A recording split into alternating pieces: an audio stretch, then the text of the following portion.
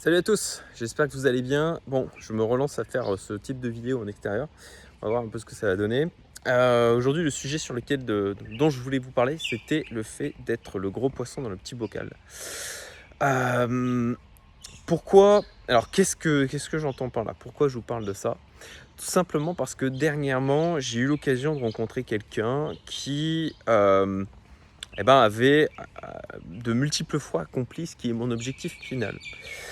Je vous explique le truc, on m'a mis, donc un membre de ma communauté privée, m'a mis en relation avec, donc un investisseur, entrepreneur, et donc voilà, je se cale une vidéo conf, je discute avec lui, on partage sur, nos parcours de vie et puis au fur et à mesure de la discussion, je commence à comprendre que le gars pèse plus de 500 millions et je l'ai pas percuté tout de suite en fait, c'était vraiment sur le ton de la discussion, voilà, on parlait de nos investissements et puis, et à un moment donné, donc il m'explique, qu'une de sa plus grosse réussite, c'est d'avoir mis, 500 000 € il y a quelques années dans une boîte qui était valorisée 10 millions et que il est toujours pas fait d'exit, il est toujours dedans et qu'aujourd'hui elle est valorisée 10 milliards. Et j'ai mis un petit moment à faire le calcul, hein, sincèrement, dans ma tête. Je crois de mémoire même que c'est pas pendant la discussion que j'ai réellement capté le multiple de fois 1000 en fait. C'est une fois qu'on avait raccroché, quoi. Où là, je me suis dit, mais attends, 10 millions, 10 milliards. Et ouais, c'est ça, ça fait bien fois 1000. Donc ces 500 000 euros, ils se sont transformés en 500 millions. Vous imaginez le truc? Le délire, quoi. Et, Et alors moi j'en ai déjà parlé sur la chaîne, mais j'ai un objectif de patrimoine personnel de 100 millions. Alors que ce soit en euros ou dollars, on verra en fonction de l'évolution des cours, de la parité ou pas. Mais bon, voilà, ça vous donne une idée du truc. Et donc, j'avais en face de moi, je discutais avec un gars qui a 38 ans, moi j'en ai 39, et qui avait déjà accompli plusieurs fois ce qui est mon objectif final. Et sincèrement, ça m'a mis une petite claque mentale en mode ok, bon ben, tu peux faire mieux, tu peux te bouger les fesses et faire mieux. Et c'est là où je veux en venir de mon point, de ne pas être le gros poisson dans le petit bocal. Et ça, je vous en parle aussi par rapport à un truc dans lequel je me suis retrouvé bloqué il y a de ça 6-7 ans maintenant. Où j'en étais arrivé, effectivement, ben voilà, j'avais mon parcours entrepreneurial, j'avais un peu plus de 30 ans et j'avais déjà quasi ouais, une dizaine d'années, j'avais déjà une dizaine d'années d'expérience en tant qu'entrepreneur, ce qui était pas anodin, avec une boîte qui était toujours là, qui fonctionnait bien.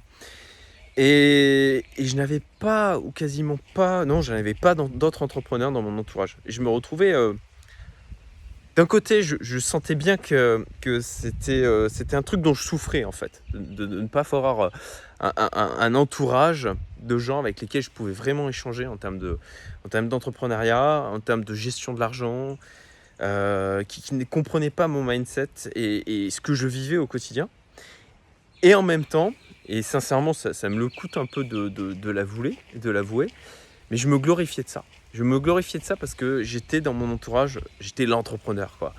J'étais celui qui avait monté, c'était à l'époque, je crois qu'il y avait une boîte, je me souviens plus. Mais j'étais celui qui avait monté une boîte, j'étais celui qui gagnait le plus. Et, et c'était flatteur, en fait. C'était flatteur et en même temps, c'était un piège. Parce que ce que ça provoque, c'est qu'on ne veut pas perdre ce statut. On veut rester celui qui renvoie cette image-là, auprès de cet entourage-là. Et puis à un moment donné, je crois que j'ai réussi à dépasser mon ego, parce qu'il y a vraiment une notion d'ego là-dessus, hein. Notre ego est vraiment notre ennemi, hein. Ça peut être un moteur parfois, mais souvent c'est quand même un ennemi. Et en l'occurrence là, je suis passé pendant du coup un moment en mode défensif. Je ne voulais pas perdre ça. Et ça m'empêchait d'avancer, ça m'empêchait d'évoluer. Et puis j'ai fini par comprendre à quel point l'entourage était fondamental. Et c'est pour cette raison que j'ai commencé à faire évoluer ça. C'est pour ça que j'ai créé ma communauté privée. C'était un besoin égoïste à la base, hein, de m'entourer de personnes qui étaient inspirantes. Et aujourd'hui, dans ma communauté privée, il y a des gens qui ont des succès bien plus importants que le mien, en fait. C'est génial, c'est parfait, c'est exactement ce que je voulais.